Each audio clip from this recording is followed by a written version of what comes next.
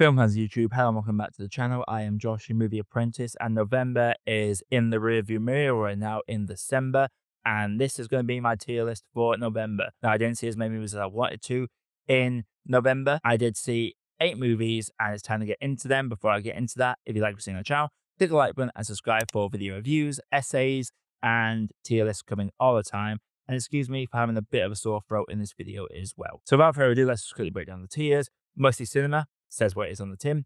Physical purchase, I would own it physically. Glad I watched. These are really good movies that I just wouldn't watch again, I don't think, but they are really good movies, worth a stream. They are fine movies that are worth watching on a streaming site as background noise while you're doing other stuff. There is the not for me films that I didn't enjoy, but I can see what other people would. And then there's the do not watch, which is simply avoid it because it'll be wasting your time. So to start off, we're looking at Heretic, and this is very much the movie that was heavily advertised in October. And Hugh Grant is incredible in this, and I love the discussion about religion and all the analogies and comparisons made. And it was just nice to see a heated yet civilized debate happening for the majority of the movie when it came to religion and faith and the similarities and differences between the different religions out there. I thought it was a really good movie until the final third, where it did tail off a little bit. But despite it tailing off and having a bit of a deus ex machina ending, I would say this is a movie that I would happily own physically. Now we jump into Wicked. This is a movie that I was aware of Defying Gravity. I knew it was a Wicked Witch prequel, but I didn't know the whole story. So I went into this almost blind, and this was incredible. I am hoping this is a film that acts as a gateway for musical fans going forward and gives birth to the next generation of kids going into musical theatre and getting more musicals made, because there are a lot of great musicals out there and there's been a lot of great musical movies in recent years. It's off the top of my head, Tick Tick Boom and La La Land are in there. West Side Story is a film that I didn't like, but a lot of people did, so that's worth checking out.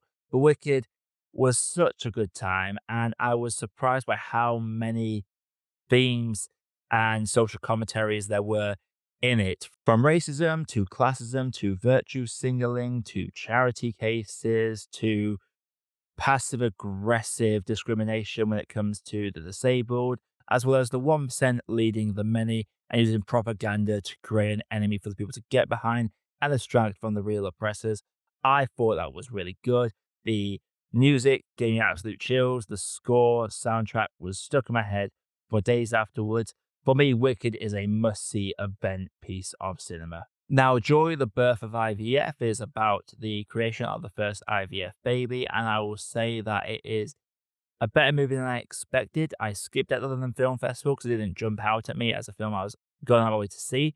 But then on Netflix, I saw it was Thomas and Mackenzie and Bill Nye was in this, so of course I had to dive into it. And for me, Joy is a decent movie. It's not breaking any boundaries or anything, but it is very much an interesting tale of these struggles and challenges these scientists have to go through to create the first IVF baby, both from a scientific standpoint and from a social standpoint as well, as I had a lot of pushback from Christian groups and just a lot of conservatives as well. I thought it was really good and really shone a light onto the social stigma against women that can't give birth for various different medical reasons. I thought it was a nice little watch, and it's definitely one that I'm glad I watched, but it's not so that I'll go on my way to watch again. But I'll definitely recommend it for you, especially if you're someone that struggles to conceive. Paddington in Peru is the third of the Paddington trilogy, and it is the weakest one, but it is not a bad movie. It's just not quite living up to the standards of those first 2 Paddington movies, but it's still a nice, comfy wind down of a movie. So after you binge watch the first 2 and feel changed as a person, you wrap in a blanket, hot cup of cocoa and a marmalade sandwich, and put this on. It is very insane to watch, and it's worth watching just for Antonio Banderas' performance alone. So it's one that, for me, so I can safely say that Paddington in Peru for me is one of those that is worth a stream. It's a nice little comfort watch to wind the day down with. Gladiator 2 is a spectacle movie that lacks in characters and story. That is my short review of it. Like, if you're going for the action spectacle, you are going to be highly entertained by this movie. Don't expect too much from the story and narrative.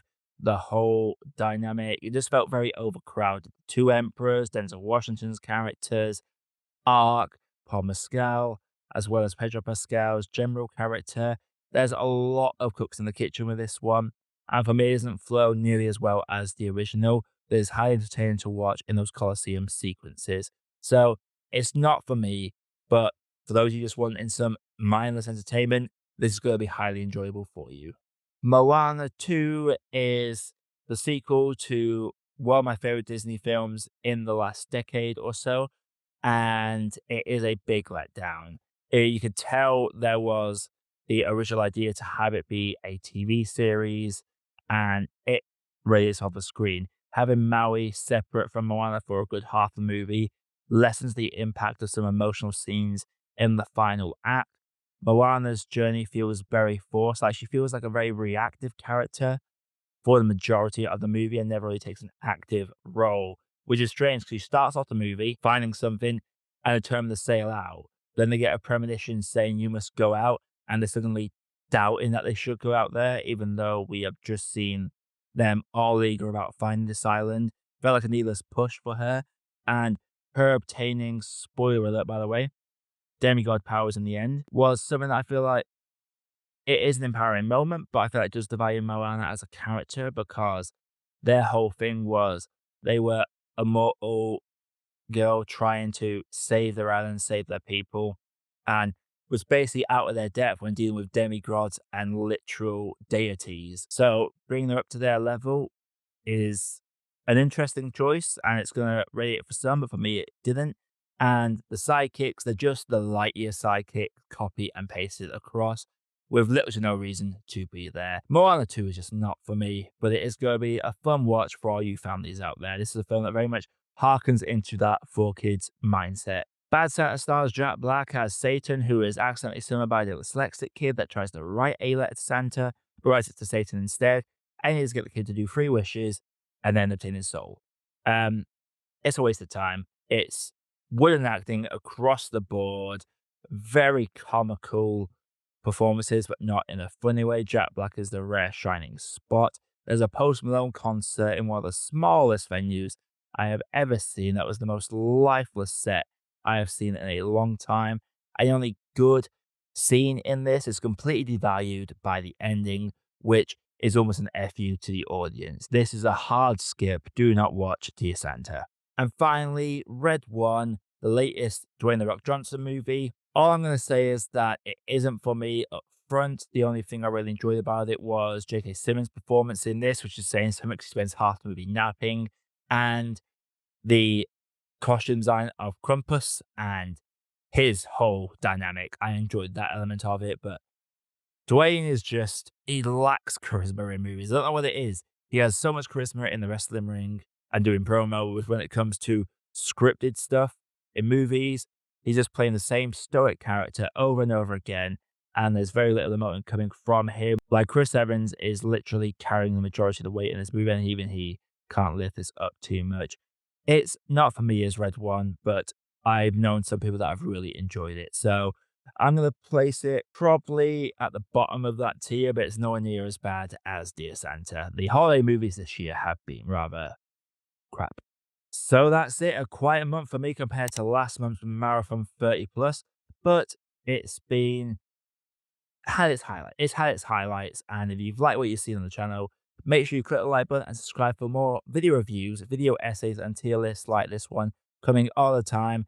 Coming up on the channel, working on my next video essay, we've got a Moana 2 full review to come out, as well as a review of We Live in Time as well. So stay tuned for those. And until next, everybody, I am Josh, I have been Movie Apprentice, and I'll see you all in the next video.